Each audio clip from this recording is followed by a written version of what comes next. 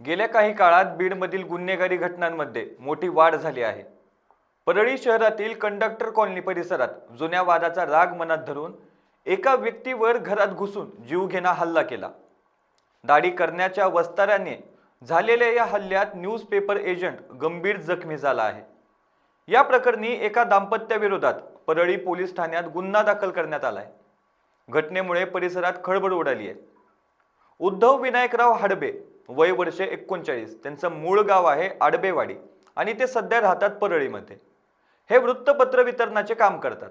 24 डिसेंबर रोजी त्यांच्या पत्नी राजश्री यांचा शेजारी राहणारे सुनील राऊत व त्यांची पत्नी रुपाली राऊत यांच्याशी किरकोळ कारणावरून वाद झाला होता।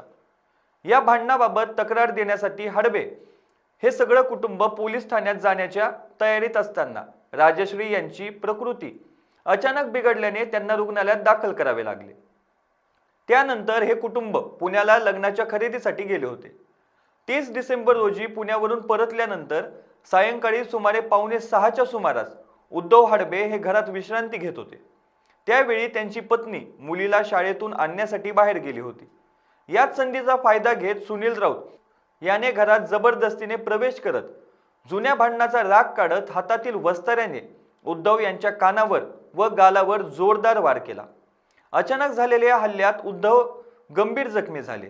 हल्ल्यानंतर उद्धव यांनी आरडाओरड केल्याने सुनील राऊत यांची पत्नी रुपाली राऊत ही देखील घटनास्थळी आली। तिने उद्धव यांना लाथाबुक्क्यांनी मारहाण केली, शिवीगाळ करत जीवे मारण्याची धमकी दिल्याचा आरोप आहे। घर मालक रामराव तारडे व शेजाऱ्यांनी तात्काळ धाव घेत हस्तक्षेप केल्याने मोठा अनर्थ टळला आणि जखमी उद्धव यांची सुटका झाली।